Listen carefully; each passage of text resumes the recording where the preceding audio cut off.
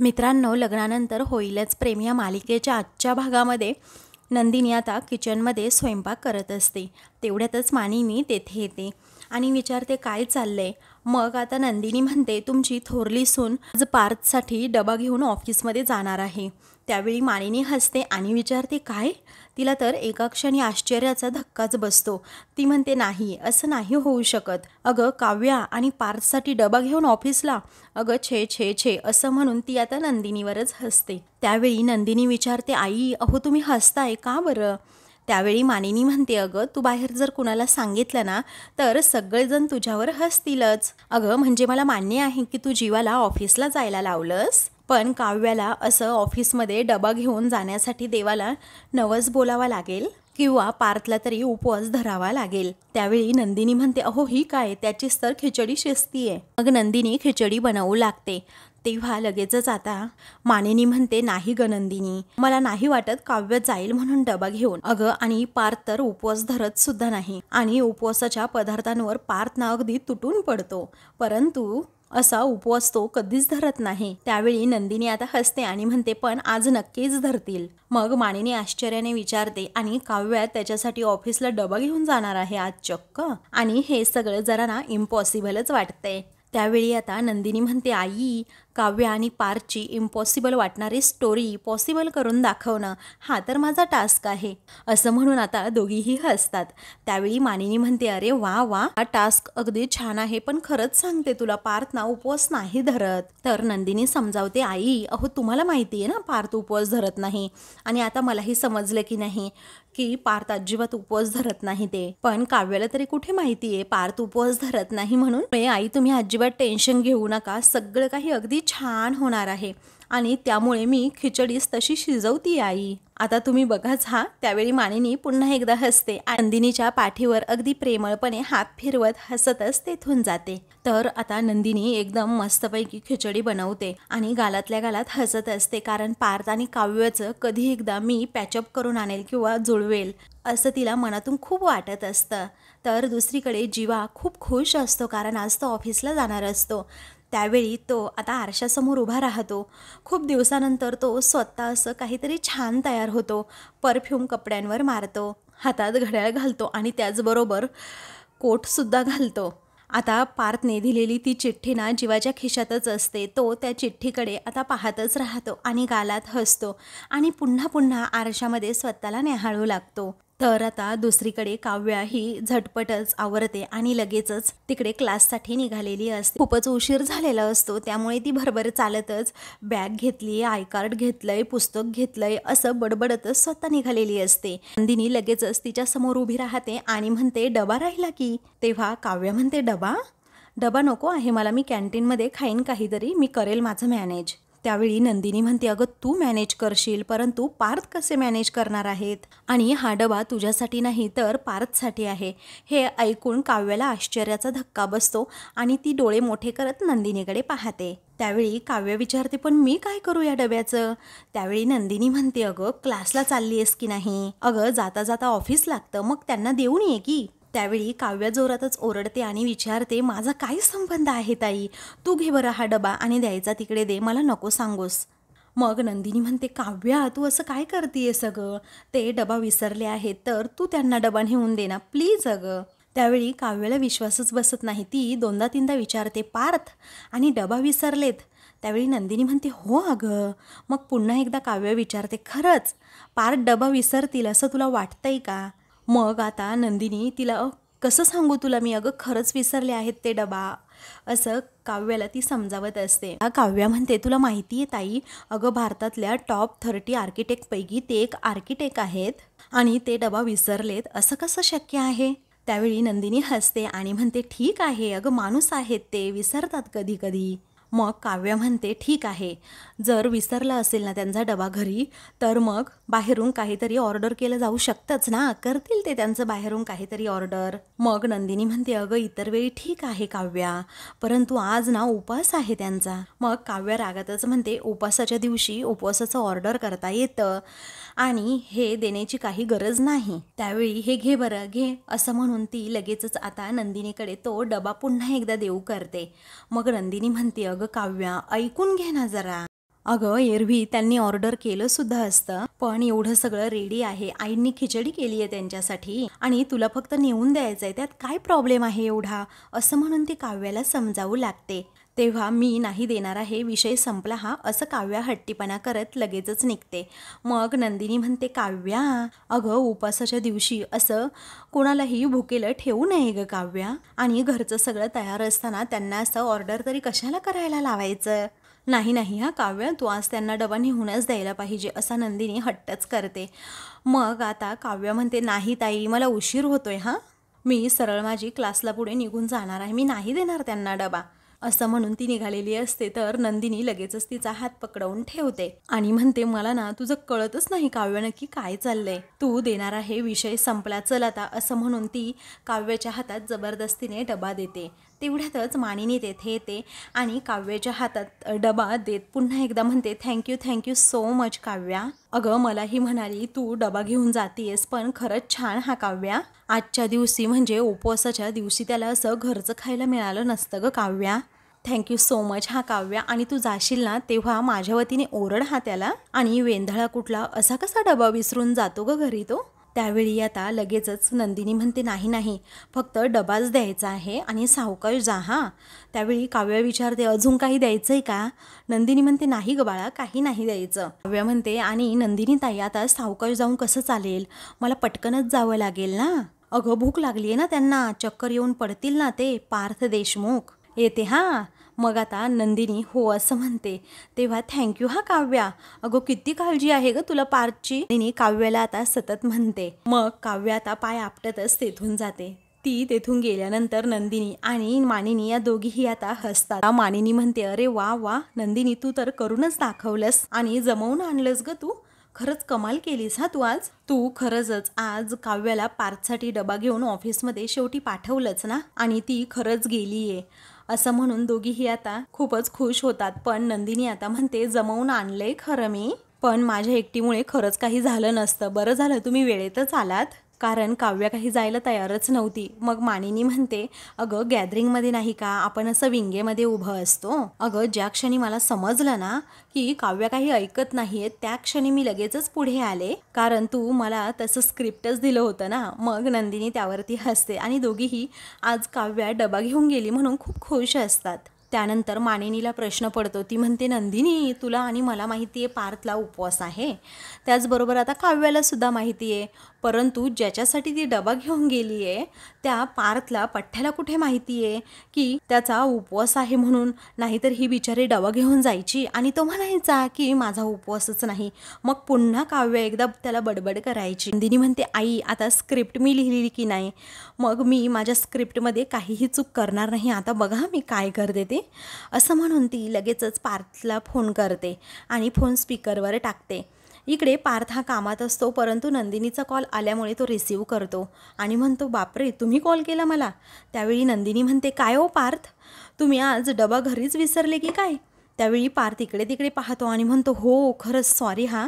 मग आता नंदिनी त्यावरती म्हणते, हो तुम्ही डबा विसरलात, म्हणून कसं आहे ना, आता आमच्या काव्याला वाट वाकडी करून तुम्हाला डबा घेऊन यावं लागतंय. तेव्हा तो म्हणतो, ते ठीक आहे. दुसऱ्या क्षणी त्याला लगेचच क्लिक होतं की काव्या डबा घेऊन येते माझ्यासाठी. तो आता ताडकन खुर्चीतून उठतो आणि विचारतो, काय काय, खरंच काव्या माझ्यासाठी डबा घेऊन येते. त्याचा हा उत्साह पाहून, त्याची ही एक्साइटमेंट पाहून आता इकडे मानिनी आणि नंदिनी या दोघीही हसतात. मग त्या दोघीही फक्त हसत असतात, त्या काहीही बोलत नाही. पार्थ म्हणतो, काय त्या स्वतः येत आहेत इकडे ऑफिसमध्ये स्वतः डबा घेऊन, मला तर विश्वासच बसत नाही आहे. मग आता त्यालाच खूप हसू येतं, काहीच कळत नाही. त्यावेळी नंदिनी म्हणते, अहो हो तुम्ही आनंदाने हसताय की अविश्वासाने हसताय. मग पार्थ त्यावरती म्हणतो, नाही कसंच शक्य नाही आहे, काव्या आणि माझ्यासाठी इथे डबा घेऊन येणं शक्यच नाही. मग नंदिनी आता मानिनीकडे पाहते आणि म्हणते, अरे वा काय कॉन्फिडन्स आहे बायकोवरचा, आणि माझा कशाला उगीच गैरसमज होईल. अहो झालं काय, तुम्ही डबा विसरलात की नाही, मग आईंनी मला आठवण करून दिली की पार्थ डबा विसरले आहेत म्हणून मी काव्याला थांबवलं आणि स्पेशली तुमचा डबा घेऊन मी पाठवलंय. तर ती मला कसं म्हणते माहिती आहे का. तेव्हा तो नंदिनीला पुढे बोलूच देत नाही. मग आता पार्थ स्वतःच काव्याचा डायलॉग मारत असतो की भारतातल्या टॉप 30 आर्किटेक्टपैकी आहेत ना ते, आणि मग ते डबा कसं विसरू शकतात, असा डायलॉग आता पार्थने मारल्यानंतर इकडे नंदिनी आणि मानिनी या दोघीही अगदी थक्क होऊन जातात, कारण काव्याबद्दल आणि काव्यापुढे काय बोलणार आहे हे पार्थला अगोदरच समजलेलं असतं आणि त्या दोघीही खूप हसतात. तेव्हा पार्थ म्हणतो, असंच बोलल्या ना नंदिनी त्या? मग आता नंदिनी म्हणते, हो अगदी बरोबर. मग नंदिनी पुढे म्हणू लागते की त्यामुळे आमची काव्य ना तुमच्या उपवासाचा डबा घेऊन येते आता ऑफिसमध्ये. तेव्हा आता पार्थ लगेचच खुश होतो आणि म्हणतो, अरे वा वा. तर पुन्हा एकदा त्याला क्लिक होतं की काहीतरी गडबड आहे. तेव्हा तो विचारतो, काय उपवासाचा डबा म्हणजे? आणि माझा उपवास नाही आज. तेव्हा लगेचच मानिनी डोक्याला हात लावते आणि म्हणते, पाहिलं ना, असा आहे हा पार्थ. मग नंदिनी म्हणते, बरं ठीक आहे, तुमचा उपवास नाही आहे ना आज, मग मी आमच्या काव्याला सांगते की तू कशाला उगीच घाईघाई करत जाते तिकडे ऑफिसमध्ये, कशाला उगीच त्यांना डबासुद्धा घेऊन जाते, आणि तू तुझ्या क्लासला निघून जा म्हणून. तू जाऊ नको तिकडे ऑफिसमध्ये, कारण ते काहीतरी बाहेरून ऑर्डर करतील आणि तिची चक्करही वाचेल. राहू द्यात हा पार्थ आता. मग आता पार्थ आता घाबरतो आणि म्हणतो, हॅलो हॅलो, ऐका ना, अहो ऐका ना नंदिनी, अहो असतो माझा आज उपवास, आहे माझा उपवास. आता असतो ना त्यांना उपवास, असं नंदिनी विचारते. मग पार्थ म्हणतो, हो असतो उपवास, येऊ द्या त्यांना, येऊ द्या. तेव्हा पार्थची उडालेली धांदल पाहून आता मानिनीला हसूच आवरत नसतं. त्यावरती नंदिनी म्हणते, हो ठीक आहे, उपवास असतो ना, मग आता आमची काव्य ना येईल तुमच्यासाठी डबा घेऊन. हां. मग आता पार्थच्या मनातच लाडू फुटू लागतात. तेव्हा तो आता एक मस्त असा डायलॉग मारतो आणि म्हणतो, आज आमची काव्यदेवी स्वतः इकडे भोजनाची व्यवस्था करत प्रस्थान करणार आहे आमच्या ऑफिसमध्ये, आणि हे ऐकूनच आम्हाला परम संतोष मिळाला.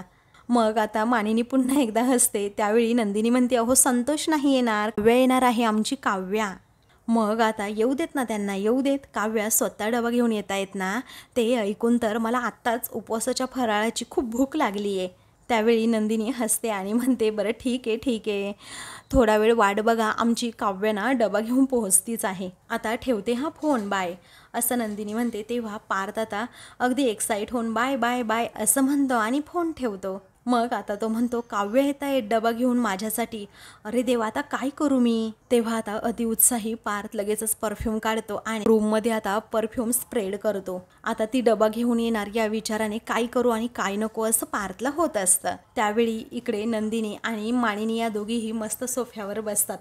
तेव्हा कमाल कमाल केली या नंदिनी तू, खरंच अगं तू ना खरंच वेगळीच आहे, असं मानिनी तिचं कौतुक करत म्हणते. आणि हुशार माणसं असतात ना, ती काय करतात माहिती आहे नंदिनी, समोर आलेल्या संधीचं नेहमी सोनं करतात, परंतु जिनियस जी माणसं असतात ना, ते काय करतात तर नवनवीन संधी निर्माण करतात. वेगवेगळे डॉट्स असे एकत्र करून ते मोठी संधी नेहमी साधत असतात. आणि नेमकं तू आज तेच केले बाई, काय डोकं वापरलंस ग तू. अगं असे वेगवेगळे तुकडे तू एकत्र असे अचूक केलेस ना की चूक होण्याची शक्यताच नाही. त्यावरती नंदिनी म्हणते, आई पण हे सगळं करण्यासाठी 2 लोकांबरोबर मला खोटं बोलावं लागलं, त्याचं काय?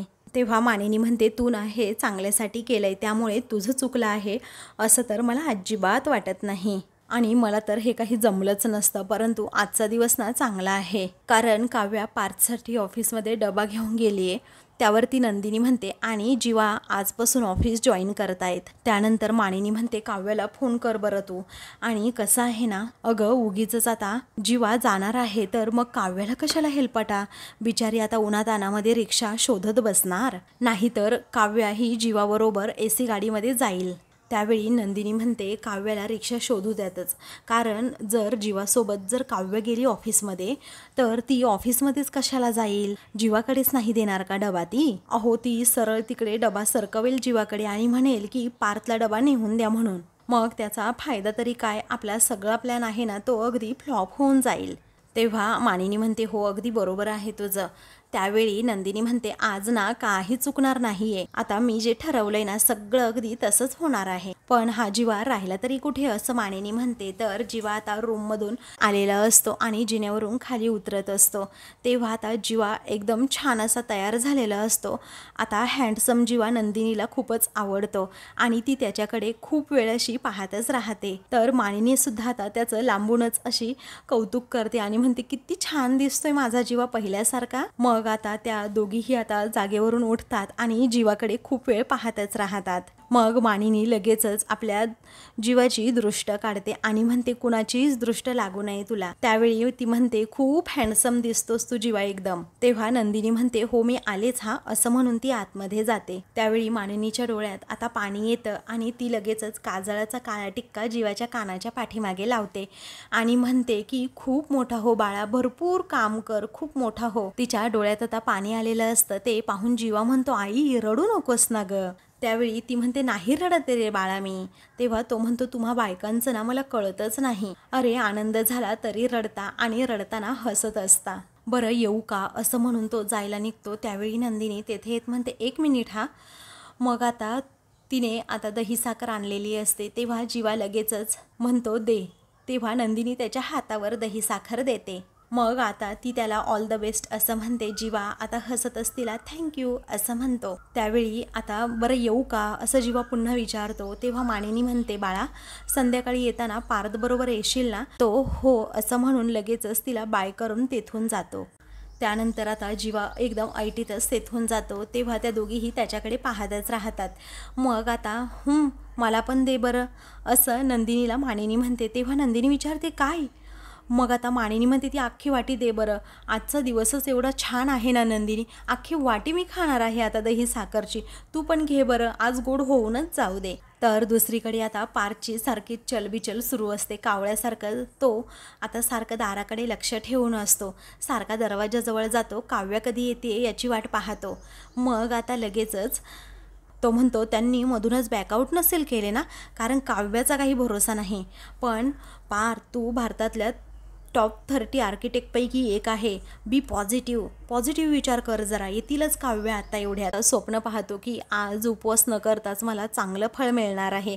आता काव्य येतील आणि कसं आहे ना, त्या आल्या की लगेचच मला त्यांच्या स्वतःच्या हाताने अशी गरमागरम खिचडी वाढतील. त्यातच रम्या तेथे येते आणि म्हणते पार्थ अरे मी तुझ्यासाठी मटन बिर्याणी मागवली आहे, तुझ्या फेवरेट रेस्टॉरंटमधून, तुला आवडते ना अगदी तशीच. त्यावेळी आता पार्थला धक्काच बसतो आणि तो विचारतो हे काय आता. तो म्हणतो नको आहे मला. मग त्यावरती आता रम्या म्हणते अरे सॉरी हा पार्थ, अरे मला माहीतच नव्हतं केबिनमध्ये असं नॉनव्हेज आणलेलं तुला अजिबात आवडत नाही ना. बरं मी दादांना सांगते तिकडे द्यायला, आपण कॅन्टीनमध्ये बसून जेवूयात चालेल ना. त्यावेळी पार्थ म्हणतो नाही नको आहे ना मला पण, माझा ना आज उपवास आहे. त्यावेळी आता रम्या थक्क होते आणि विचारते काय उपवास, आणि तुझा, तू कधीपासून उपवास करायला लागला रे असं ती आता विचारते. तेव्हा पार्थ हसतच म्हणतो मी आजपासून उपवास करायला लागलोय. त्यावेळी आता ती लगेचच म्हणते ठीक आहे उपवास धरला ना तर ठीक आहे, पण आज फराळाचं तरी खाशील ना निदान. तेव्हा आता तो म्हणतो हो उपवासाचं तर खाणार आहे. मग रम्या आता म्हणते ऑर्डर करते हा मी. तेव्हा तो म्हणतो नको, घरून डबा येतोय, फराळाचं येतंय घरून. तेव्हा रम्या आता विचारते पण आत्ता कोण डबा घेऊन येणार आहे. त्यावेळी तो आता लगेचच काव्याचं नाव घेणार असतो, पण तोंडातला शब्द तोंडात ठेवतो. पुन्हा एकदा रम्या विचारते बोल ना रे पार्थ, कोण येणार आहे आत्ता यावेळी डबा घेऊन. मग आता ती म्हणते तुझा उपवास आहे ना, बरं ठीक आहे मी आले, आणि आज कुणीही डबा घेऊन येणार नाही हे मला माहिती आहे, तू खोटं बोलतोस पार्थ हां. तेव्हा ती लगेचच आता तेथून जाते. तर पार्थ आता पुन्हा एकदा काव्याचाच विचार करतो. मग तो आता म्हणतो येतील काव्याना नक्कीच येतील. इकडे रम्या आता ती दुसऱ्या ऑफिसमध्ये जाते आणि लगेचच लेले फूड्समध्ये कॉल करत म्हणते मी वसुताईंची मुलगी रम्या बोलतीये, साबुदाणा खिचडी हवी होती आणि उपवासाचं अजून काय काय आहे. तर इकडे तोपर्यंत रम्यासुद्धा ऑफिसमध्ये आलेली असते आणि पिऊनला विचारते दादा पार्थ देशमुखांची केबिन कुठे आहे. मग आता ते सांगतात तिथून सरळ जायचं. काव्या त्यांच्याकडे डबा देणार असते, पण ते लगेचच तेथून जातात. तर काव्य म्हणते अरे बापरे हेही गेले आता. तर दुसरीकडे रम्या म्हणत असते की बटाट्याची भाजीसुद्धा चालेल, पण तुपावर परतलेली आहे ना. तर आता रम्या लगेचच इकडे फोन ठेवते. तोपर्यंत काव्य आता पार्थच्या केबिनकडे जायला निघते. तेवढ्यातच जीवा आता तेथे येतो. मग रम्या आता विचारते अरे जीवा तू इथे. मग जीवा म्हणतो हो. काव्या पार्थच्या केबिनमध्ये येत असते आणि म्हणते येऊ का आत की नको येऊ. तेव्हा तो म्हणतो अहो तुम्ही या आतमध्ये या ना, तुम्ही इकडे कसं काय आलात. तेव्हा ती म्हणते काय करणार, देशमुखांचं बाळ उपाशी होतं ना, म्हटल्यानंतर त्या तानुल्या बाळाला खायला घेऊन येणं मला गरजेचंच होतं ना. तेव्हा तो म्हणतो बाळ, अरे बापरे असं म्हणून तो हसतो. तेव्हा ती जोरातच ओरडते हसू नका, तुमचा उपवास होता ना म्हणून मी आले इकडे. तेव्हा पार्थ म्हणतो, अरे बापरे, म्हणजे माझ्यासाठी तुम्ही आलात, पण बरं झालं हां तुम्ही आलात ते, नाहीतर माझा उपवास मोडला असता, बसा की अहो. तेव्हा ती म्हणते, मी बसायला नाही आले, समजलं, आता हा घ्या बरं डबा, असं म्हणून ती शेजारी आता बिर्याणी पाहते. तेव्हा आता लगेचच काव्याला धक्का बसतो आणि ती आता विचारते, काय अहो तुम्ही बिर्याणी मागवलीत आणि बिर्याणी काय करतीये तुमच्या टेबलवर, उपवास आहे ना तुमचा आज, नक्की असा कुठल्या प्रकारचा उपवास करता हो तुम्ही, असं काव्या जोरातच ओरडते. ती आता त्याच्या अंगावर जणू धावूनच जाते. तेव्हा पार्थ जरा बाजूला होतो आणि म्हणतो, अहो हो हो उपवास आहे माझा. तर आता ही बिर्याणी आलीच कशी काय इथे, असं आता काव्या प्रश्न करते. पार्थला काहीच बोलता येत नाही. दुसरीकडे आता रम्या विचारते, ऑफिस जॉईन करतो की काय जीवा तू. तो म्हणतो, हो मी ऑफिस जॉईन करतोय. तेव्हा ती आता म्हणते की जायलाच हवं जीवा, ग्रेट, अरे वंडरफुल डिसिजन जीवा, अरे माझ्या अनुभवावरून सांगते ना मी तुला जीवा, घरात बसून बसून ना नुसते तेच विचार येत असतात रे डोक्यात, नुसते तेच विचार डोक्यात आल्यानंतर मग कसं होतं तुला माहीत असेल. आणि बरं झालं, मी तर हॅप्पी आहे तू हा डिसिजन घेतलास. अरे आता तू तुझ्या त्या नको असलेल्या लग्नातून डायव्हर्ट होशील. आता आपण सगळेजण मिळून मस्त असं काम करूयात, ऑफिस पार्टीज, पिकनिक, मस्त अशी धमाल करूयात. त्यावेळी आता बरं पार्थला माहिती आहे का, असं रम्या विचारते. तेव्हा लगेचच आता जीवा म्हणतो, त्याने सांगितलं होतं मला की आजपासून जॉईन कर, पण मी त्याला काही रिप्लाय दिला नव्हता. मग रम्या म्हणते, चल आपण सरप्राईज देऊ की त्याला. तेवढ्यातच आता जीवाला फोन येतो. मग तो म्हणतो, 1 मिनिट हां.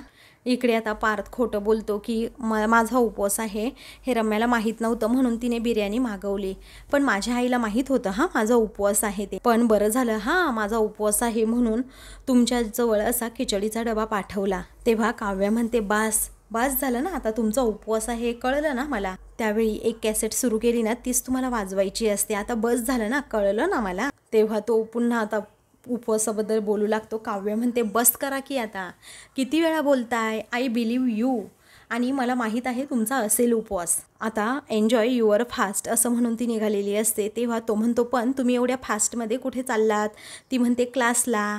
आता देशमुखांच्या घरामध्ये तुम्ही माझ्या बाजूने उभं राहिलात ना माझ्या शिक्षणासाठी, म्हटल्यानंतर मला काहीतरी करावंच लागेल. त्यानंतर तो म्हणतो, हो थोडं काहीतरी खाऊन जा माझ्यासाठी, तुम्ही आला आहात तर, नाहीतर माझ्या पोटात दुखायचं. तेव्हा काव्या रागातच म्हणते, काय बडबडताय तुम्ही. मग काव्या म्हणते, बस मला काहीही खायचं नाहीये, ऑलरेडी क्लासला जायला लेट झालंय मला, आता किती वाजले बघा बरं, असं म्हणून ती मोबाईलकडे पाहते आणि म्हणते, घ्या तुमच्या डब्याच्या नादात ना फोन चार्जिंगला लावायची सुद्धा मी विसरून गेले. तेव्हा तो हसतच म्हणतो, अरे वा. मग आता काव्या रागातच त्याच्याकडे बघते. तो म्हणतो, अरे देवा. तेव्हा तो म्हणतो, द्या मी फोन चार्जिंगला लावतो तुमचा, तोपर्यंत तुम्ही वाढा हा माझ्यासाठी. ती म्हणते, मी तुम्हाला वाढायचं शक्यच नाही. तेव्हा तो म्हणतो, मी आता तुमचा फोन चार्जिंगला लावतोय ना, मग तुम्हाला तर वाढावंच लागेल ना. काव्य आता वैतागलेली असते आणि फक्त होला हो करते. दुसरीकडे सर्वजण आता जीवाचं अभिनंदन करतात, कारण जीवाने पुन्हा ऑफिस जॉईन केलेलं असतं. मग रम्या आता सर्वांना म्हणते की तुम्ही जा तुमच्या कामाला, आम्हाला जरा जायचंय, असं म्हणून ती जीवाचा हात पकडते आणि लगेचच पार्कच्या केबिनकडे जायला निघते. काव्या म्हणते, जणू काय मी यांची मोलकरीणच आहे की वाढ म्हणून, असं म्हणून ती वैतागतच आता वाढत असते. दुसरीकडे नंदिनी देवाकडे प्रार्थना करते की काव्या आणि पार्थमधली जवळीक वाढू देत आणि जीवा व पार्थमध्ये जे अंतर आहे ना ते मिटू देत. इकडे काव्या ही पार्थला आता वाढत असते. पार्थने ताट हातात घेतलेलं असतं. तेवढ्यातच जीवा दार उघडतो आणि पार्थ व काव्याकडे पाहतच राहतो आणि त्याला जबरदस्त असा धक्का बसतो आणि पार्थच्या चेहऱ्यावरील हसू पाहून आता इकडे जीवाच्या मनात अगदी कालवाकालव होत असते. पार्थचं लक्ष जीवाकडे जातं. तेव्हा तो म्हणतो, जीवा तू आलास. तेव्हा जीवाचं नाव घेताच काव्यालाच धक्का बसतो. तर आता मित्रांनो, पुढील भागामध्ये म्हणतो, अरे जीवा तू काय परफेक्ट टाईमवर आला, माहीत आहे का तुला, अरे काव्याने माझ्यासाठी खिचडी आणली आहे, चल आपण दोघी मिळून खाऊ.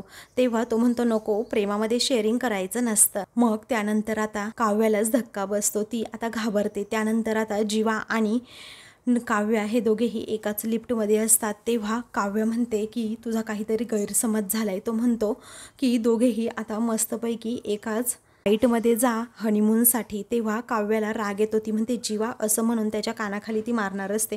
तेव्हा तोच हात आता जीवा पकडतो. अशाच मालिकेंचे पुढील भाग पाहण्यासाठी चॅनलला सबस्क्राईब करा.